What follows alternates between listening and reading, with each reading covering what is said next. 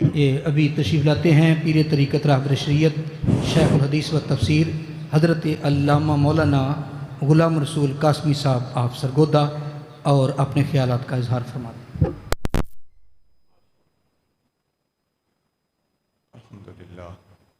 الحمدللہ رب العالمین والصلاة والسلام علی سید الانبیاء والمرسلین وعلی آلہ واصحابہ اجمعین، اما بعد فاعوذ باللہ من الشیطان الرجیم، بسم اللہ الرحمن الرحیم۔ ھذا بلاغ للناس ولینذروا بہ ولیعلموا انما هو الہ واحد ولیذکر اولو الالباب، صدق اللہ مولانا العظیم۔ ان اللہ وملائکتہ یصلون علی النبی یا ایہا الذین آمنوا صلوا علیہ وسلموا تسلیما۔ اللہم صلی علی سیدنا و مولانا محمد وعلی آل سیدنا و مولانا محمد وبارک وسلم۔ الصلاۃ والسلام علیک یا سیدی یا رسول اللہ وعلی آلک و اصحابک یا سیدی یا حبیب اللہ۔ کثیر التعداد علماء کرام، مشائخ عظام، ان تمام کے نام لینا میرے لیے بہت مشکل ہے، اور بطور خاص مناظر اسلام شیخ القرآن حضرت علامہ محمد سعید احمد صاحب اسد، حاضرین محفل، بزرگان محترم، برادران عزیز،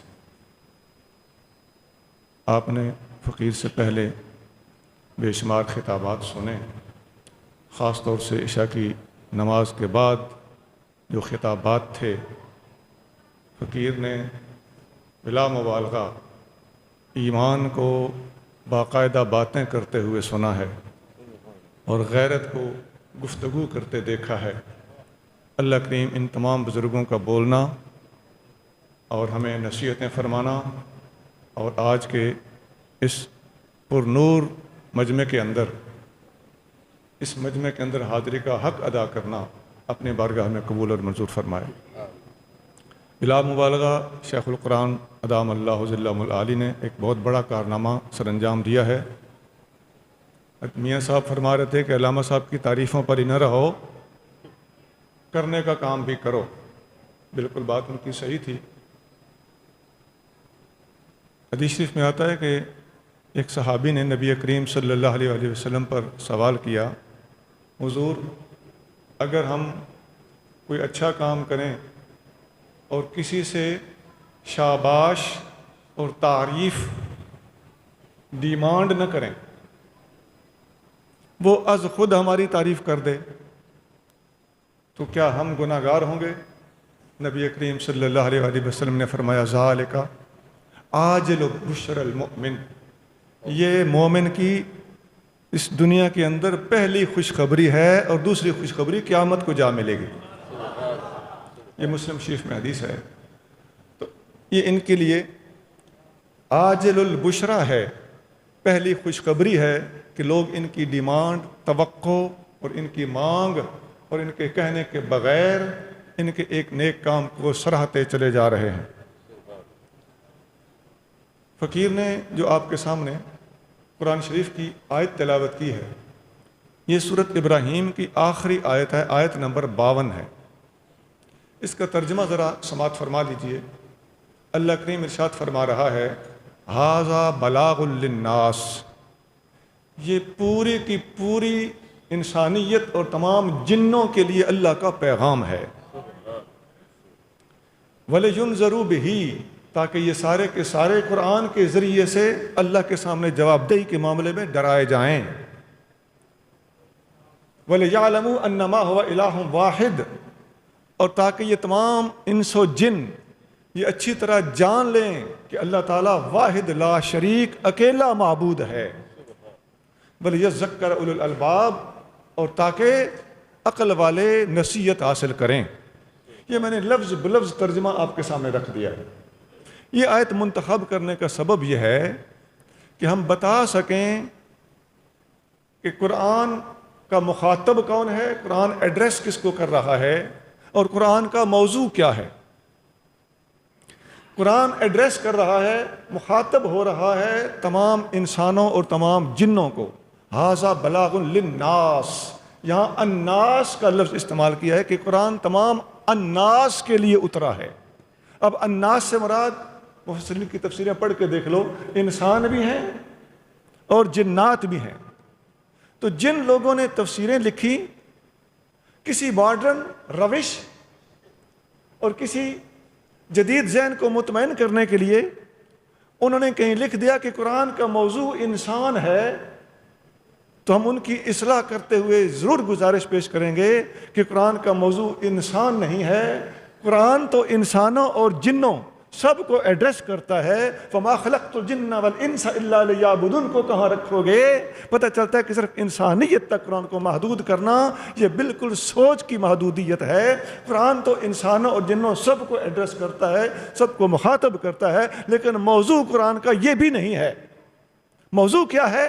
اگلے الفاظ جو ہے نا، وَلِيَعْلَمُوا أَنَّمَا هُوَ إِلَٰهٌ وَاحِدٌ، تمام جنوں انس اس بات کو جان لیں کہ معبود حقیقی صرف ایک ہے۔ قرآن کا موضوع توحید ہے، قرآن کا موضوع اللہ تعالیٰ کی وحدانیت کا اظہار ہے۔ باقی تمام عقائد اس عقیدے کے نیچے آتے ہیں اور تمام عبادات اسی عقیدے کے ماتحت ادا کی جاتی ہیں۔ اہل علم جانتے ہیں کہ عقائد کی کتابوں کو کتاب الایمان بھی کہا جاتا ہے، کتاب العقائد بھی کہا جاتا ہے اور کتاب التوحید بھی کہا جاتا ہے۔ ابو شکور سالمی علیہ رحمت کی مشہور کتاب ہے التمہید فی بیان التوحید، تو اندر تو اس کے سارے اسلامی عقائد ہیں، اور ایمان مجمل کیا ہے؟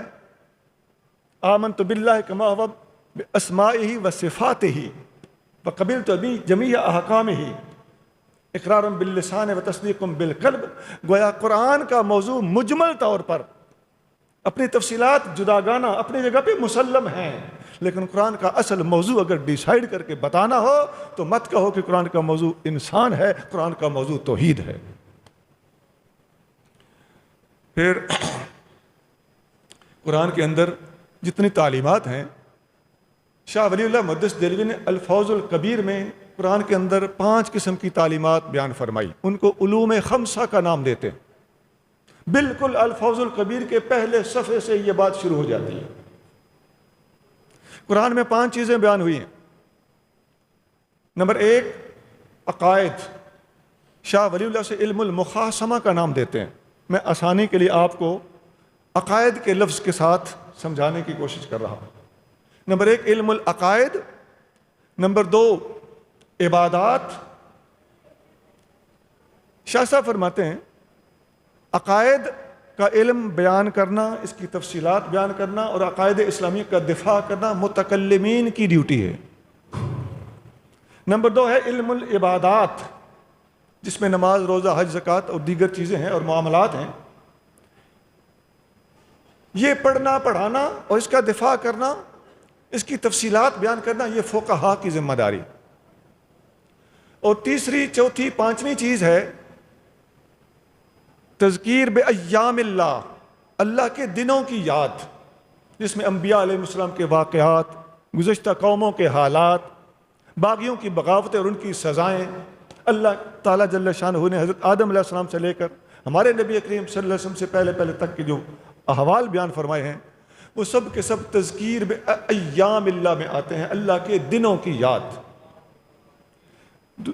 دوسری چیز ہے تذکیر بآلاء اللہ، اللہ کی نعمتوں کی یاد، جس نے وہ پوری سورت الرحمن آپ جانتے ہیں، اور لقد من اللہ علی المؤمنین بھی آپ جانتے ہیں۔ تمہیں اللہ نے دل، آنکھ، کان دیے، یہ احسانات اللہ تعالیٰ نے جگہ جگہ قرآن شریف میں جتلائے ہیں، یہ سارے آپ جانتے ہیں۔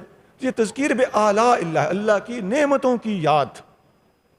اور آخری چیز ہے تذکیر بالموت، یہ قیامت اور آخرت کے بارے میں پوری کی پوری صورتیں ہیں، پوری کی پوری آیتیں ہیں، تفصیلی بیانات جگہ جگہ قرآن کے اندر موجود ہیں۔ تو یہ ٹوٹل مضامین کو اگر وائنڈ اپ کر کے قرآن کے اندر سے لوگوں کے سامنے آسان بنا کے پیش کرنا ہو تو شاہ صاحب نے بڑی بہترین ونڈ بیان فرمائی ہے۔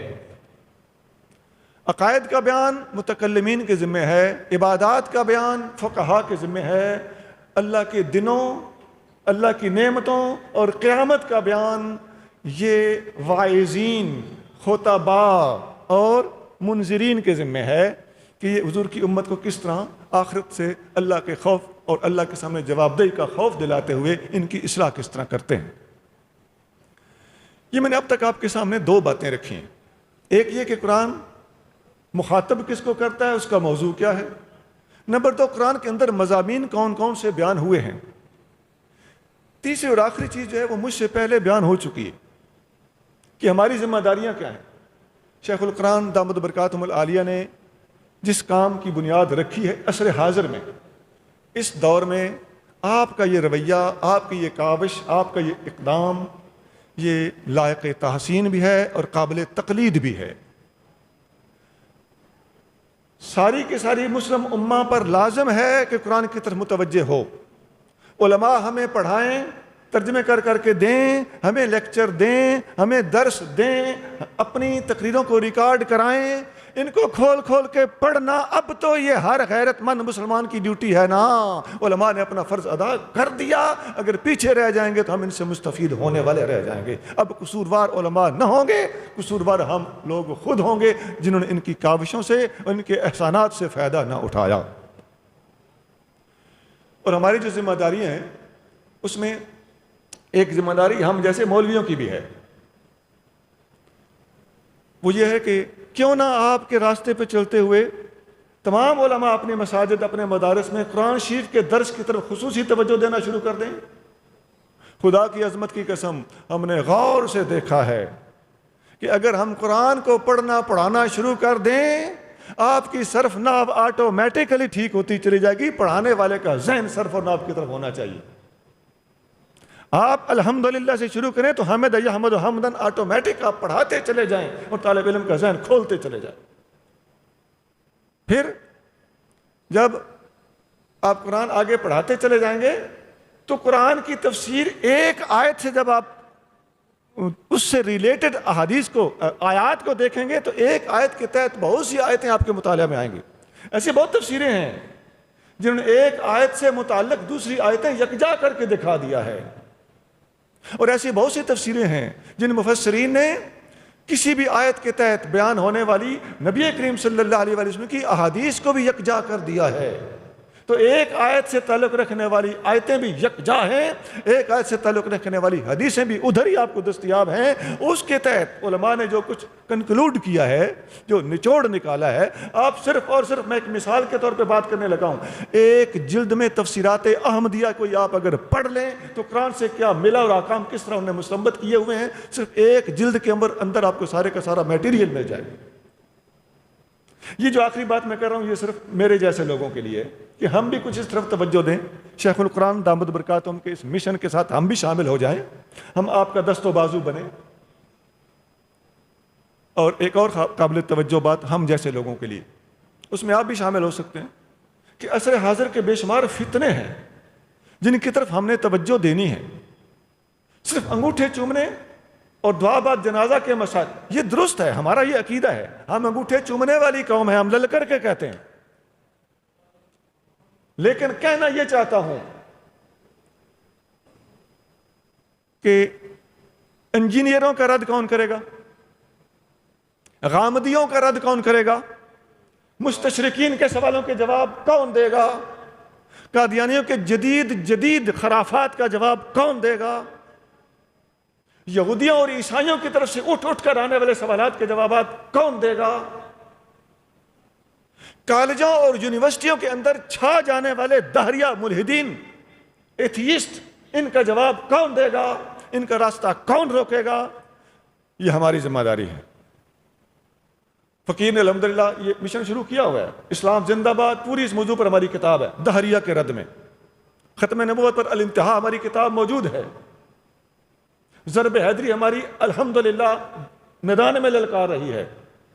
اس طرح کی بہت کتابیں اور بہت موضوعات ہیں جن کو کور کرنے کی، جن کو ملحوظ رکھنے کی اللہ کریم نے اپنے فضل کے ساتھ ہمیں توفیق عطا فرمائی ہے۔ اور ابھی ہم نے فقیر نے المستند کی شرح لکھی ہے، وہ چھپ کے آ چکی ہے۔ اس کی شرح میں بالکل سٹارٹ سے ہی علم ہے بھی کہ نہیں، یہ ملحدین اور سوفسطائیہ کا سوال ہے، یہاں سے بات سٹارٹ کی ہے، اور جتنے میں نے سوالات اٹھائے ان سب کے جوابات اس شرح کے اندر ہم نے ٹھوک کے لکھ دیے ہیں، اور شاید میں اللہ کے در سے امید رکھتا ہوں کہ شاید اتنا میٹیریل آپ کو پہلے کسی کتاب میں نہیں ملے گا۔ کیوں؟ پہلے والے بزرگ ہم سے بہت اونچے، ہم ان کے خوشہ چین ہیں، لیکن بات یہ کہ یہ سوالات ان کے زمانے میں اٹھے نہیں تھے، ان کے زمانے میں اٹھے ہوتے تو ہم سے 1000 گنا زیادہ بہتر جواب انہوں نے دیے ہوتے۔ تو یہ ساری باتیں ہیں جن کو آج ہم نے ملحوظ رکھتے ہوئے اپنے ذہنوں کو تھوڑا سا کھلا کرنا ہے، اپنی نگاہ کو تھوڑا سا وائڈ کرنا ہے، اور حالات حاضرہ پر نظر رکھنی ہے۔ حضرت علامہ خادم حسین خورشید دامت برکاتہ علیہ تھوڑا سا اس موضوع کو ٹچ دیا ہے۔ یہ پوری کی پوری امت، مسلم امت کا اس وقت موضوع ہے، اس وقت جدید فتنوں کا مقابلہ کرنا ہماری اہم ترین ذمہ داریوں میں شمار ہوتا ہے۔ بس جی، میں نے چند منٹ ہی لینے تھے۔ میں نے جتنی گزارشات پیش کی ہیں، شیخ قرآن دامت برکاتہم کو مبارکباد دینے کے بعد جو 3 موضوع میں نے بتائے ہیں، ایک یہ ہے قرآن کا مخاطب اور قرآن کا موضوع کیا ہے، نمبر 2 قرآن کے اندر کون سے 5 مضامین بیان کیے گئے ہیں، تعلیمات قرآن کا خلاصہ شاہ صاحب نے کیا بیان فرمایا ہے، اور نمبر 3 اس دور میں امت مسلمہ، ہم جیسے مولویوں اور آپ جیسے دوست احباب کی ذمہ داریاں کیا ہیں اور کن کن موضوعات کی طرف متوجہ ہونا اس وقت ہم پر لازم ہو چکا ہے۔ اللہ کریم اس مسجد، اس ادارے اور خصوصاً شیخ القرآن ادام اللہ ذلہم العالی کو شاد باد رکھے، آپ کو اللہ کریم صحت والی طویل زندگی عطا فرمائے۔ سبحان ربک رب العزت عما یصفون وسلام علی المرسلین والحمد للہ رب العالمین۔